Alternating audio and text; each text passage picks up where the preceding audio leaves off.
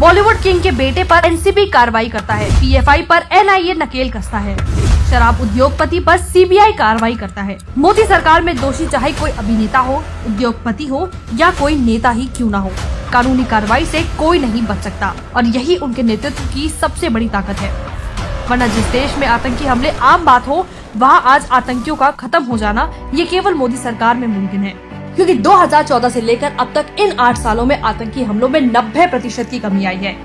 वहीं असम, नागालैंड और मणिपुर के कई इलाकों में अफस्पा को हटाया गया, जिससे नक्सल आतंकी की घटनाओं में 74% की कमी दर्ज हुई। 7,000 से ज्यादा उग्रवादियों ने सरेंडर कर दिया, क्योंकि ये वो सरकार है जो देश की सुरक्षा में जरा भी चूक बर्दाश्त नहीं करती।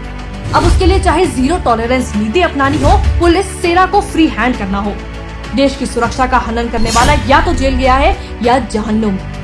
न्याय व्यवस्था।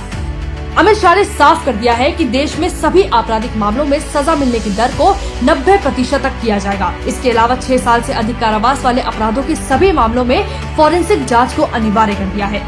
आपराधिक मामलों के इस लक्ष्य को हासिल करने के लिए गुजरात में सीएम रहते मोदी जी ने पहले ही रक्षा शक्ति यूनिवर्सिटी की शुरुआत की थी, जिसके बाद इसे राष्ट्रीय स्तर पर खोला गया।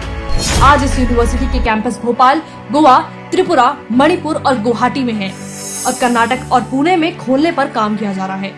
इस यूनिवर्सिटी की मदद से डीएनए, फिंगरप्रिंट, अकाउंटिंग के घोटाले, साइबर क्राइम का पता लगाने में बेहतर और स्किल्ड विशेषज्ञ मिल सकेंगे। एनआईए। कुछ समय पहले पीएफआई पर एनआईए ने जो कार्रवाई की, जिस प्लानिंग के साथ इस पूरे नेटवर्क को खत्म किया गया, वो अमित शाह ही कर सकते हैं।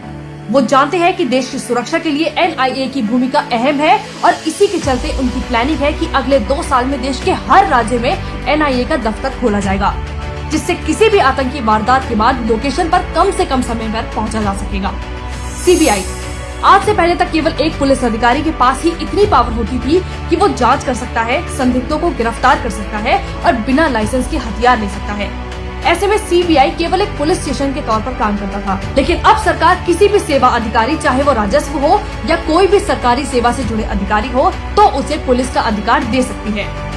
ईडी और एनसीबी। मोदी शाह अच्छे से समझते हैं कि बाह्य सुरक्षा के साथ साथ देश की आंतरिक सुरक्षा भी उतनी ही जरूरी है।